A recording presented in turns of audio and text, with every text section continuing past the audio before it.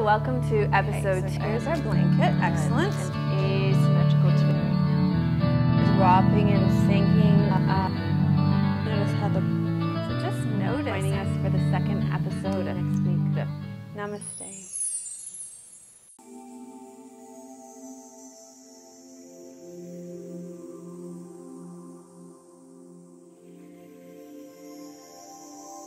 Hello and welcome to episode 25 of Namaste Yoga. I'm your host, Melissa West, and I'm here with my friends today, Mai Merritt from 123kidsyoga.com and Carrie Krentz-Kerr, who's also a yoga teacher and fitness instructor extraordinaire. So today we're going to continue along on our journey.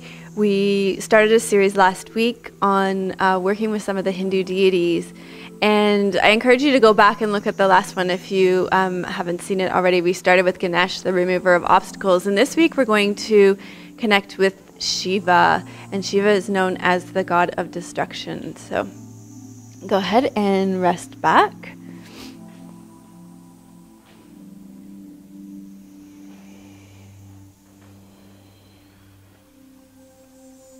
Okay, so begin to settle in and start to become aware of your breath, following the in breath and the out breath.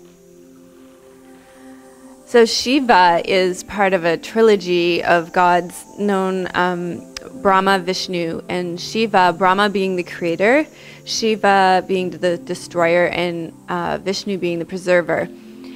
And so these things go together. They're the cycle of birth, life, and death.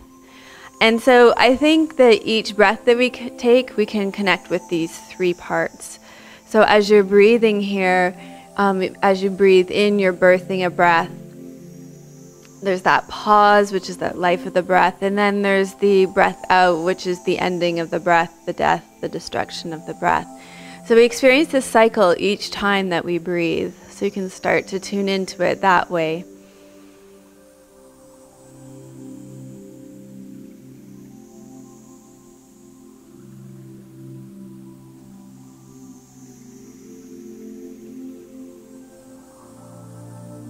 And then I think oftentimes in our Western culture, we're a little bit, we don't really react too kindly to the idea of destruction. We shy away from it. We're fearful of it. But the kind of destruction that Shiva brings in is not negative at all. It's in fact very powerful. Shiva comes in to destruct that in our life which is no longer useful to us. And so it could be physical patterns or physical things that aren't helping you along your way. It could be thoughts, it could be emotions, and it could be objects on your spiritual path as well. So Shiva is really known to destroy our imperfections in order to ensure our spiritual progress. He destroys our illusions, desires, and ignorance. He destroys our evil and negative nature. He destroys our old memories so that we can move on with the movement of time. He destroys our relationships, attachments, impurities, physical and mental wrongdoings, the effect of bad karma, our passions and emotions, and many things that stand between us and our progress and our inner transformation. So I want you to just reflect right now and notice what in your life is ready to come to an end, to experience a death.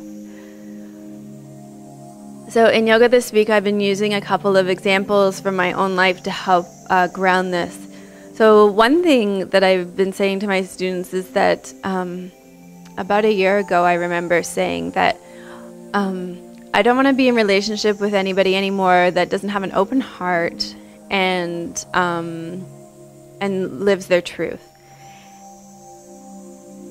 And it was really interesting because I said it really emphatically. And at that time, all of a sudden, of course, all these relationships started ending, and it was really challenging and difficult. But then ultimately, after the end of that destruction, there was this birth of all these really new and wonderful friendships with people who are living their truth and have their hearts wide open. And I'm just so grateful and thankful for that now. So just consider what that might be in your life. It could be any number of things that you might want to invite in this Shiva, the god of destruction. And the other really interesting thing about Shiva is that Shiva is also known as the god of good. So that when we invite in that destruction, it's not in a way that is judgmental or critical of anything going on in our lives. It's in a way that honors our inner goodness and wants to see the best for ourselves.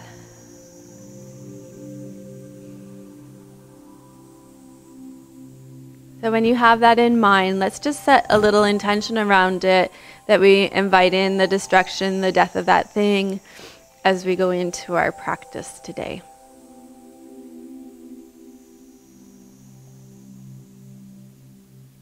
And then when you're ready, you can start to wiggle and stretch out a little bit. And we're going to start with an exercise to release the shoulders and a little bit the hips so that the legs release out of the pelvis. So we'll start with the knees bent and the feet flat on the floor.